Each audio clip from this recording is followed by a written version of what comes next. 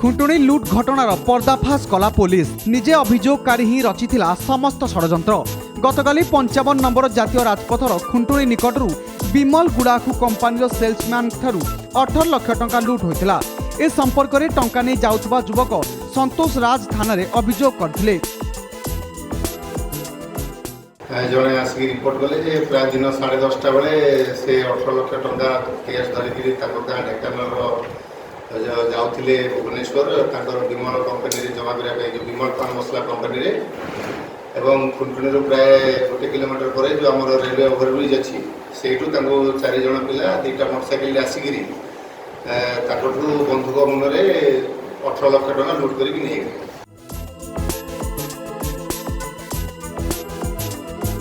Police प्राथमिक तदंत कलापर संतोष को बयान में कौन तालमेल नाला जहाँफल पुलिस सन्देह उपजिला अभियोगकारी पर पुलिस संतोष को नहीं निज गाँ ढेंकानाल जिलार हरेकृष्णपुर में पहुंची चढ़ाऊ करते पर समस्त टंका संतोष को घरू खुंटुणी पुलिस जबत कर थाना संतोष को नाँ एक मामला रुजु कर कोर्ट चालन कर ग्रामांचल पुलिस। मोर एसडीपीओ आम पीके मल्ल एसडीपीओ चौद्वार आईएससी खुंटुणी सुचित्र विजय दास और अन्य अफिसर्स मैंने गले और कल संध्या बेले जो घर आम सर्च करूँ कंप्लेनेंटर आपण मैंने आश्चर्य हे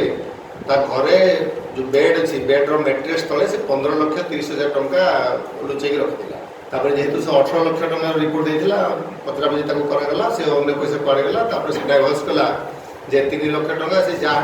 गोटे बेपारी राकेश साहू बोली गोविंदपुर पाखर जो 3 लाख टंका आते 3 लाख 34,000 टंका से तार स्टाफ मान सैलरी बाबद दे अवशिष्ट टंका पाखे मुझे छाड़ी